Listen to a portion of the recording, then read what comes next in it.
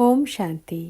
আজকের মুরলির তারিখ 24শে সেপ্টেম্বর 2024। প্রাত মুরলি মধুবন।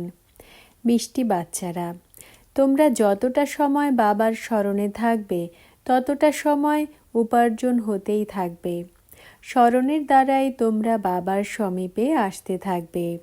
প্রশ্ন: যে বাচ্চারা স্মরণে থাকতে পারে না তারা কোন বিষয়ে লজ্জা পায়? উত্তর: তারা নিজেদের চার্ট রাখতে লজ্জা পায়। মনে করে সত্যি কথা লিখলে বাবা কি বলবে, কিন্তু বাচ্চাদের কল্যাণ এতেই রয়েছে যে তারা যেন সত্যিকারের চার্টই লিখতে থাকে। চার্ট লেখায় অনেক লাভ রয়েছে। বাবা বলেন, বাচ্চারা এতে লজ্জা পেও না। ধারণার জন্য মুখ্য সার। প্রথম পয়েন্ট: 21 জন্মের জন্য পদমগুণ উপার্জন করতে হলে ডাইরেক্ট ঈশ্বরীয় সেবায় সব কিছু সফল করতে হবে। ট্রাস্টি হয়ে শিব বাবার জন্য সেবা করতে হবে। দ্বিতীয় পয়েন্ট: যতটা সময়ের জন্য স্মরণ করতে বসো ততটা সময়ে বুদ্ধি কোথায় কোথায় গেছে তা চেক করতে হবে। সততার সাথে নিজের পোতামেল রাখতে হবে।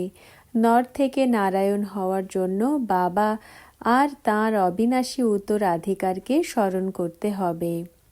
বরদান: বিস্মৃতির দুনিয়া থেকে বেরিয়ে স্মৃতিস্বরূপ থেকে হিরোর পার্ট প্লে করা বিশেষ আত্মা ভব।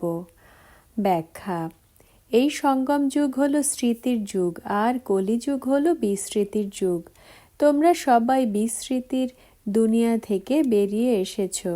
যে স্মৃতিস্বরূপ থাকে সেই হলো হিরোর পার্ট প্লে করা বিশেষ আত্মা। এই সময় তোমরা হলে ডাবল হিরো।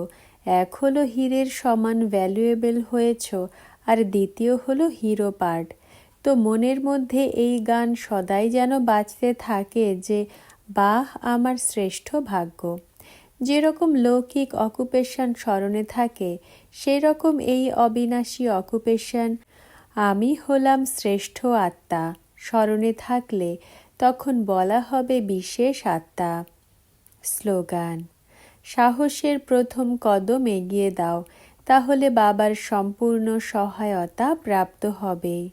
ওম শান্তি।